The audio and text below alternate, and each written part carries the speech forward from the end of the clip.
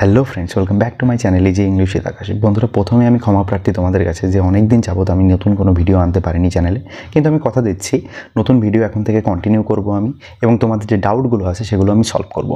তো আজকে আমি যেটা তোমাদেরকে শেখাবো সেটা হলো নাউন, বা বাংলাতে যাকে বলে বিশেষ্য।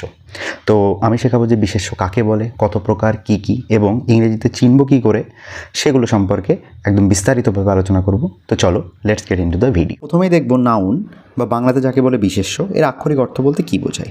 দেখো, চোখের সামনে আমরা যা কিছু দেখি বা অনুভব করি, এমন না যে শুধু দেখলে সেটাকেই আমরা নাউন বলবো বা সেই জিনিসটাকে আমরা নাউন বলবো। যে কোনো রকমের অনুভূতি, সেটারও যদি নাম থাকে তাহলে সেই নামকেই আমরা কিন্তু নাউন বলে থাকি। অর্থাৎ কোনো ব্যক্তি, বস্তু, প্রাণী, স্থান, ঘটনা ইত্যাদির নামকেই কিন্তু নাউন বলে।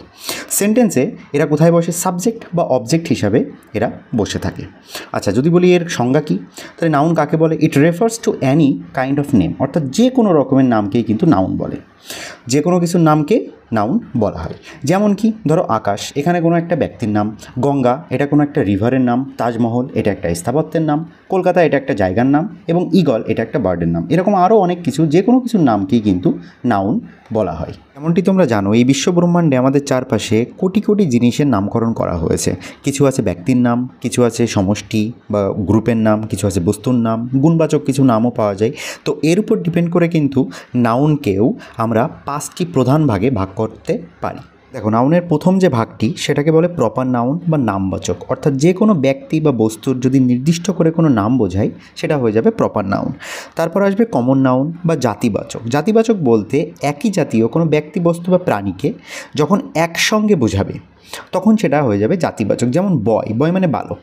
ঠিক আছে, দেখো, বয় বলতে বালক। যদি বালকটার নাম আমি বলি তাহলে নাম হয়ে যাবে, সাপোজ ওই বয়টার নাম হচ্ছে আকাশ, তাহলে যদি বয় বলি সেটা হয়ে যাবে কমন নাউন। অর্থাৎ বয় বলতে যে কোনো ছেলেকে বোঝাচ্ছে। কিন্তু যখন প্রপারলি ওই বয়টার নাম আমরা জানতে পারবো আকাশ, তখন কিন্তু আকাশ ওয়ার্ডটা হয়ে যাবে প্রপার নাউন।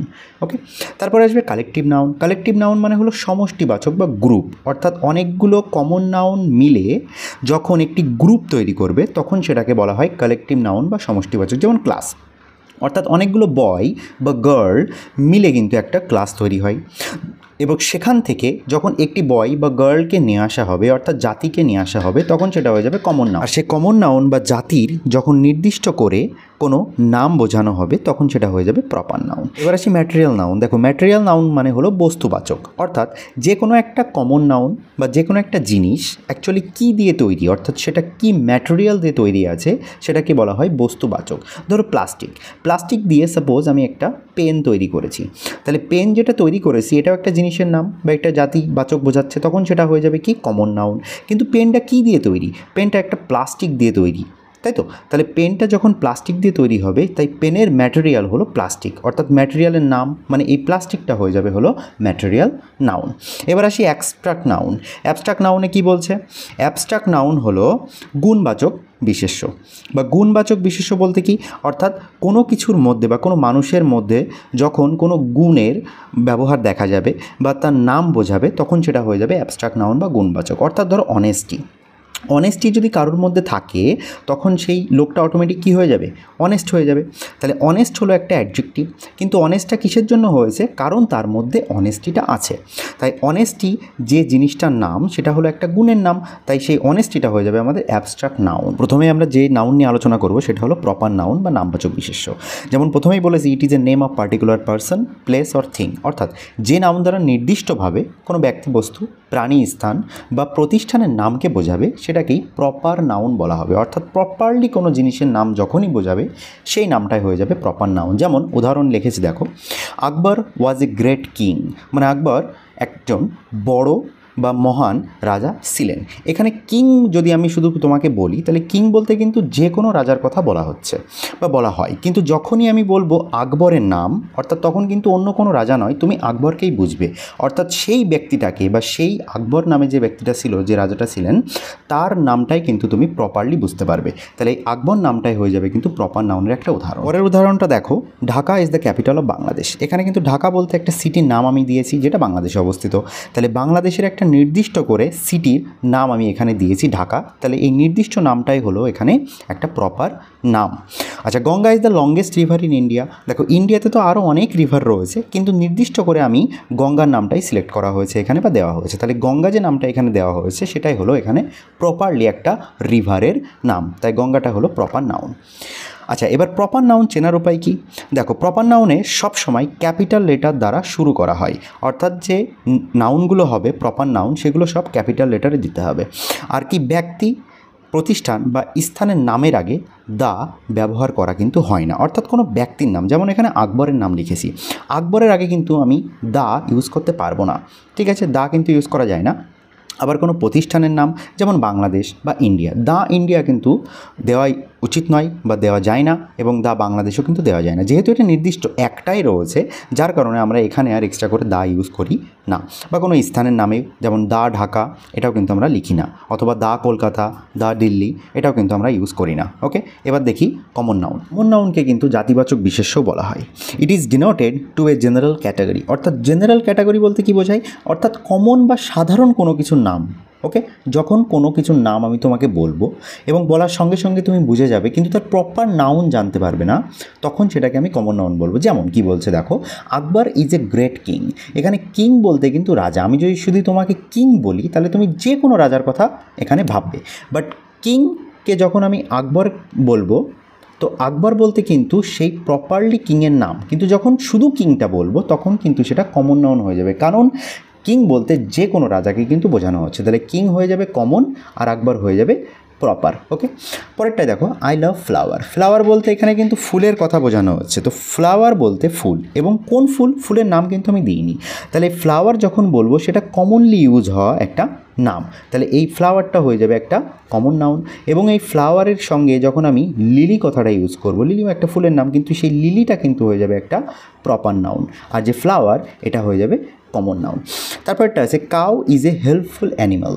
কাউ মানে গরু, সেটা একটা হেল্পফুল অ্যানিমাল। এখানে কাউটা কিন্তু অ্যানিমালের নাম হওয়া সত্ত্বেও এটা একটা কমন নাউন। যদি বলো কেন, তাহলে কাউ বলতে যদি আমি তোমাকে বলি তাহলে তুমি ভাববে যে কোনো গরুর সম্পর্কে আমি বলছি, তাই তো, কিন্তু কাউয়ের যখন একটা নির্দিষ্ট নাম আমি দেবো, সাপোজ একটা কাউয়ের নাম হলো মিনু, সাপোজ, তখন এই মিনু ওয়ার্ডটা কিন্তু প্রপারলি ওই কাউটাকে বোঝাচ্ছে, ওই গরুর নামটাকে বোঝাচ্ছে। বাট যখন শুধু কাউ বলবো তখন কমনলি যে কোনো কাউকে বোঝাচ্ছে, তাহলে এই কাউটা কিন্তু একটা কমন নাউনের উদাহরণ, আর এই যে নামটা যখন দেওয়া হবে তখন সেটা প্রপার নাউনে চলে যাবে। ওকে, আচ্ছা, কমন নাউন চেনার উপায় কি? দেখো, কমন নাউন চেনার উপায় হলো এই ওয়ার্ড কোনো জাতিকে বোঝাবে, যেমন কাউ মানে গরু, গরু বলতে নিশ্চয়ই তুমি বাঘ বা ভল্লুককে বুঝবে না, সেখানে যে কোনো একটা কাউকেই বা গরুকেও তুমি কিন্তু দেখবে, তাহলে সেই জাতিকে কিন্তু এই ওয়ার্ড দ্বারা বোঝানো হয়। স্মল লেটার দিয়ে শুরু হয়, যেমন প্রপার নাউনগুলো, যেমন এখানে আকবর এ দেখেছো, সেগুলো কিন্তু স্মল লেটার বা দিয়ে শুরু হয় না, ক্যাপিটাল লেটার দিয়ে শুরু হয়। আর যে কমন নাউনগুলো সেগুলো স্মল লেটার দিয়ে শুরু হয়। এখানে কাউয়ের সি বা আই যেগুলো ইউজ হয়েছে সেগুলো কিন্তু সেন্টেন্সের ফার্স্টে বসেছে দেখে আমি ক্যাপিটাল লেটার দিয়ে শুরু করেছি।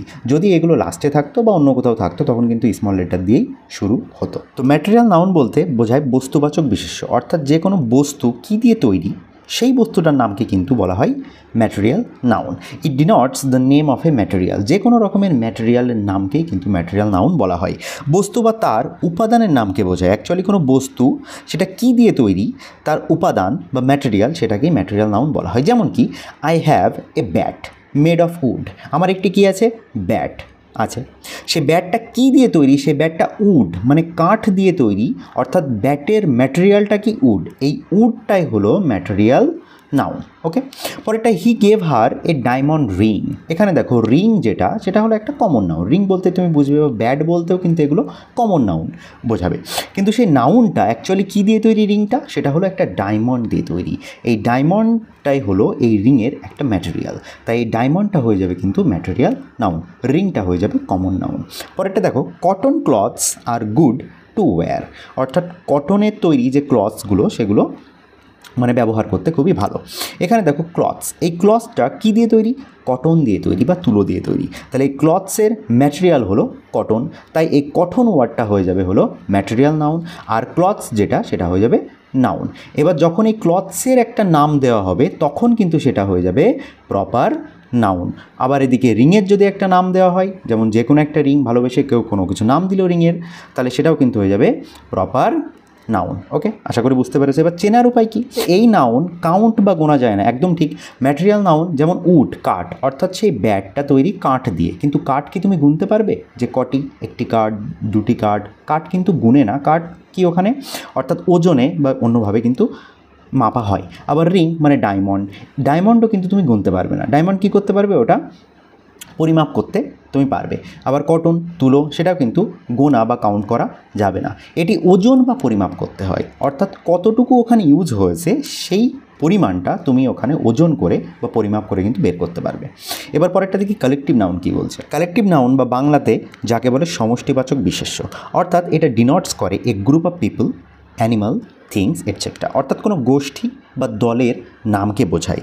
যখন অনেকগুলো নাউন মিলে একসঙ্গে কোনো একটি গ্রুপ বা দল তৈরি করবে, সেই গ্রুপের যদি কোনো নাম দেওয়া হয়, সেই নামটাই হয়ে যাবে কালেকটিভ নাউন। যেমন আওয়ার ক্লাস, দেখো ক্লাস যে নামটা দেওয়া হয়েছে এটা কিন্তু একজন দুজন না, অনেকগুলো মিলে, অনেকগুলো কোনো বাচ্চারা যেমন ছেলে বা মেয়ে অনেকে মিলে কিন্তু এটার একটা নামকরণ করা হয়েছে যেটা ক্লাস। ক্লাসের মধ্যে থেকেও কিন্তু অনেকগুলো কমন নাউন পাওয়া যাবে, যেমন অনেকগুলো বয় বা অনেকগুলো girl. Took a trip to Sundarbans, অর্থাৎ তারা সুন্দরবনে একটি ট্রিপে গেছিলো। এখানে যে ক্লাসটা কিন্তু একটা কালেকটিভ নাউন, অর্থাৎ অনেকগুলো ছেলে মেয়ে মিলে এই গ্রুপটা তৈরি করেছে। ইচ টিম কন্টেইনস 11 প্লেয়ার্স, দেখো 11 প্লেয়ার্স অর্থাৎ 11 জন প্লেয়ার্স মিলে কি তৈরি করেছে? একটি টিম তৈরি করেছে, অর্থাৎ এই 11 প্লেয়ার্সের মিলে একটা দল তৈরি আছে। তো তখন যেটা নাম ইউজ করেছে টিম, এই টিম কথাটা হয়ে যাবে collective noun. Okay, I saw a flock of sheep, দেখো শিপগুলো মিলে বা শিপগুলো একসঙ্গে হয়ে একটা ফ্লক বা ঝাঁক তৈরি করেছে, তাহলে এই ফ্লকটাও কিন্তু একটা কালেকটিভ নাউনের উদাহরণ। এবার দেখো ক্লাস হলো একটি কালেকটিভ নাউন। এখান থেকে যখন আমি একটি বয় অথবা একটি গার্লকে নিয়ে আসবো, তখন এই বয় বা গার্ল হয়ে যাবে কি? একটা কমন নাউন প্রত্যেকটা। এবার যখন সেই বয় বা গার্লের যখন আমি এক্স্যাক্টলি নামটা ইউজ করব, তখন সেই নামটাই কিন্তু হয়ে যাবে প্রপার নাউন। ওকে, বুঝতে পেরেছো? তাহলে কালেকটিভ নাউন মানে যখন গ্রুপে থাকবে, গ্রুপ থেকে যখন একটি ইন্ডিভিজুয়ালকে নিয়ে আসবে, তখন যখন জাতিকে বোঝাবে সেটা হয়ে যাবে কমন নাউন, এবং তার প্রপারলি যখন নামটা ইউজ করবে তখন সেটা হয়ে যাবে প্রপার নাউন। ওকে, এবার দেখিয়ে চেনার উপায়। দেখো এই নাউন এক জাতীয় ব্যক্তি বা বস্তুর গ্রুপকে বোঝাবে, অবভিয়াসলি গ্রুপ তৈরি করবে তবেই তো সেটা কালেকটিভ হবে, এবং এই নাউন সিঙ্গুলার বা প্লুরালও কিন্তু হতে পারে। এমন না যে সিঙ্গুলার অর্থাৎ একটা টিমই হয় বা একটা ফ্লক হবে, অনেকগুলো ফ্লক, অর্থাৎ ধরো একটা যখন ম্যাচ হয়, ম্যাচের মধ্যে দুটো টিম টোটাল খেলে, তাহলে দুটো টিমকে আমি যখন বলবো একসঙ্গে টু টিমস বলতে হবে, তখন টিমসকেও কিন্তু সেটা আমি লিখতে পারবো। যেমন এখানে দেখো several teams participated in the tournament, তাহলে এই টুর্নামেন্টে কিন্তু একটা নয় অনেকগুলো টিমস, এখানে একটা বলিন টিম এস অ্যাড করেছি, অর্থাৎ সেই কালেকটিভ নাউনটা কিন্তু প্লুরাল ফর্মে চলে গেছে। যদি সিঙ্গুলার থাকতো তাহলে শুধু টিম হতো, কিন্তু প্লুরালে গেছে সেটা কিন্তু টিমস হয়ে গেছে। তাহলে কালেকটিভ নাউন সিঙ্গুলার বা প্লুরাল দুটোই কিন্তু হতে পারে। লাস্টেরটা দেখি অ্যাবস্ট্রাক্ট নাউন বা গুণবাচক বিশেষ্য। এই জিনিসে অনেকে কনফিউজ হয়ে যায়, আমি তোমাকে বলি। দেখো অ্যাবস্ট্রাক্ট নাউন বলতে গুণ, অর্থাৎ গুণ বলতে কি? তোমার মধ্যে যে খারাপ গুণ বা ভালো গুণ যেটাই থাকুক না কেন, সেই গুণের যদি একটা নাম দেওয়া থাকে বা নাম থাকে, সেই নামটাই কিন্তু হয়ে যাবে অ্যাবস্ট্রাক্ট নাউন। মানে these are the names for the feelings, যে কোনো রকমের ফিলিংসের যদি নাম হয় সেটাও অ্যাবস্ট্রাক্ট নাউন। আইডিয়াস, কোনো আইডিয়া হচ্ছে সেই আইডিয়ার নামটাকেও নাউন বলবে, অ্যাবস্ট্রাক্ট নাউন বলবে। এবং কোনো কোয়ালিটিজ, অর্থাৎ তোমার মধ্যে ভালো কোয়ালিটিজ হোক বা খারাপ কোয়ালিটিজ হোক, সেটার নামকেই কিন্তু বলবে অ্যাবস্ট্রাক্ট নাউন। অর্থাৎ কোনো বস্তুর গুণ, অবস্থা বা কাজের নাম সেটা কিন্তু অ্যাবস্ট্রাক্ট নাউনে বলবে। যেমন কি উই রেসপেক্ট অনেস্টি, আমরা কি জিনিসটাকে রেসপেক্ট করি? অনেস্টি। অনেস্টি আমরা রেসপেক্ট করি কার মাধ্যমে? কোনো লোকের মাধ্যমে। ধরো কোনো একটা ব্যক্তি অনেস্ট, অনেস্ট মানে কি? সেই ব্যক্তি সৎ। এবার সেই ব্যক্তিটা সৎ কেন হয়েছে? কারণ তার মধ্যে কি আছে? অনেস্টি আছে। অনেস্টি থাকার জন্য সেই ব্যক্তিটা অনেস্ট হয়েছে। তাহলে এই অনেস্টি অর্থাৎ কোনো জিনিসের নাম, সেই জিনিসের নাম হয়ে যাবে অ্যাবস্ট্রাক্ট নাউন ক্যাটাগরির মধ্যে। He is happy because he has happiness, অর্থাৎ সে কি? সে হলো হ্যাপি বা খুশি। কেন? কারণ কি? হি হ্যাজ হ্যাপিনেস, কারণ তার মধ্যে কি আছে? হ্যাপিনেস আছে, সেই খুশি ভাবটা রয়েছে। সে খুশি রয়েছে দেখেই সেই লোকটা কি হয়েছে? আজ হ্যাপি রয়েছে। তাহলে এই হ্যাপিনেস কিন্তু একটা গুণ বা কোয়ালিটিজের নেম। তাহলে এই হ্যাপিনেসটা কিন্তু হয়ে যাবে একটা অ্যাবস্ট্রাক্ট নাউন। ওকে, আর যদি বলো হ্যাপি কী হবে? হ্যাপি কিন্তু হয়ে যাবে একটা অ্যাডজেক্টিভ। হ্যাপি কী হয়ে যাবে? অ্যাডজেক্টিভ। তাহলে এটা হয়ে যাবে অ্যাবস্ট্রাক্ট নাউন। পরেরটা দেখি, she is beautiful for her beauty. She is beautiful, সে খুব সুন্দরী। সুন্দরী কেন? কারণ তার মধ্যে বিউটি বা সৌন্দর্য রয়েছে। তাহলে এই যে সৌন্দর্য রয়েছে, সৌন্দর্য থাকার ফলেই কিন্তু সে বিউটিফুল হচ্ছে। তাহলে এই বিউটিটাও কিন্তু হয়ে যাবে একটা অ্যাবস্ট্রাক্ট নাউনের উদাহরণ। এবং যে বিউটিফুল অর্থাৎ এই নাউনটা থাকার ফলেই সেই মেয়েটা বিউটিফুল হচ্ছে, তাহলে এটা হয়ে যাবে একটা অ্যাডজেক্টিভ। অ্যাডজেক্টিভ মানে এর ব্যাপারে বলছে, যার কারণে এটা অ্যাডজেক্টিভ। এবং যে বিউটি, এটা হয়ে যাবে একটা অ্যাবস্ট্রাক্ট নাউন। আচ্ছা, এটা চেনার উপায় কি?